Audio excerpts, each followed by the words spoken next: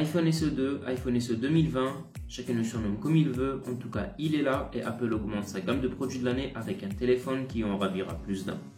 Il a été annoncé le 15 avril 2020, comme toujours chez Apple, le seul choix que vous aurez c'est celui de la couleur et du stockage. On aura donc 3 coloris au choix, rouge, blanc et noir, 3 capacités de stockage également, 64, 128 et 256 Go. On connaît tous les iPhones de chez Apple, de très beaux smartphones avec un très beau design, de très belles lignes et une finition premium qui séduit tout le monde, mais à des prix astronomiques. Et tout le monde ne peut pas se permettre d'avoir le dernier iPhone en date. Ça, Apple l'a très bien compris. Et il y a quelques années, en 2016, on voyait sortir le tout premier iPhone SE. Un smartphone qui reprenait un ancien design mais qui intégrait toutes les dernières technologies à un prix relativement bas. Cette année, Apple renouvelle la procédure en nous proposant un nouvel iPhone SE qui reprend exactement le design de l'iPhone 8 ou presque. Le logo Apple à l'arrière est maintenant centré comme c'est le cas sur les nouveaux iPhones. On aura un écran de 4,7 pouces et le retour du bouton Home et de Touch ID qui a manqué à vraiment beaucoup de gens. Mais on verra par contre la reconnaissance faciale disparaître puisque c'est un iPhone qui se veut moins cher. On retrouve toute la puissance de la puce A13 Bionic, le dernier processeur en date de chez Apple qui équipe les iPhone 11 Pro et 11 Pro Max. C'est aussi d'après les tests le processeur le plus puissant actuellement disponible sur le marché.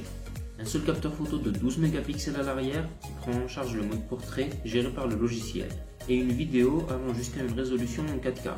C'est un iPhone qui se dit étanche jusqu'à 1 mètre de profondeur pendant 30 minutes. Bien sûr, je ne vous conseille pas de vous amuser à le mettre dans l'eau.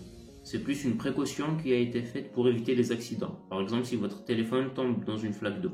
On a une plus petite batterie que sur l'iPhone 11, 1821 mAh, mais c'est exactement la même batterie que sur l'iPhone 8. Une très bonne batterie pour un petit téléphone. Il ne faut pas oublier qu'on a un petit écran, on a un processeur beaucoup moins énergivore que celui de l'iPhone 8, ce qui fait qu'on peut s'attendre à une très bonne autonomie d'énergie. Il est annoncé à un prix de départ de 489 € pour la version 64 Go et il peut monter jusqu'à 659 € pour la version 256 Go. Alors, est-ce qu'il en vaut vraiment la peine? Eh bien, personnellement, je pense que c'est un téléphone destiné à une catégorie de gens qui affectionnent les petits écrans. Pour tous ceux que le gabarit ne gênerait pas, je pense qu'actuellement il en vaut vraiment le coup. En prenant en compte le fait qu'il dispose des dernières technologies et qu'il aura une très bonne durée de vie comparée à l'iPhone 8 qui date déjà de 3 ans. Par contre, pour les amoureux des grands écrans qui affectionnent plus ou moins les écrans sans bord auxquels on est vraiment habitué maintenant, le téléphone pourrait vraiment les décevoir malgré la puissance dont il dispose.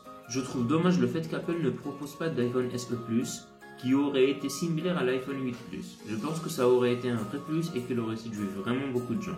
Donc voilà, c'est la fin de la vidéo. J'espère qu'elle vous aura plu. Si c'est le cas, mettez un gros pouce bleu et dites-moi en commentaire ce que vous en avez pensé. Si ce n'est pas le cas, dites-moi en commentaire pourquoi et j'essaierai d'améliorer ça. N'oubliez pas de vous abonner à la chaîne et d'activer la cloche pour être notifié dès qu'une vidéo sortira. Allez, ciao!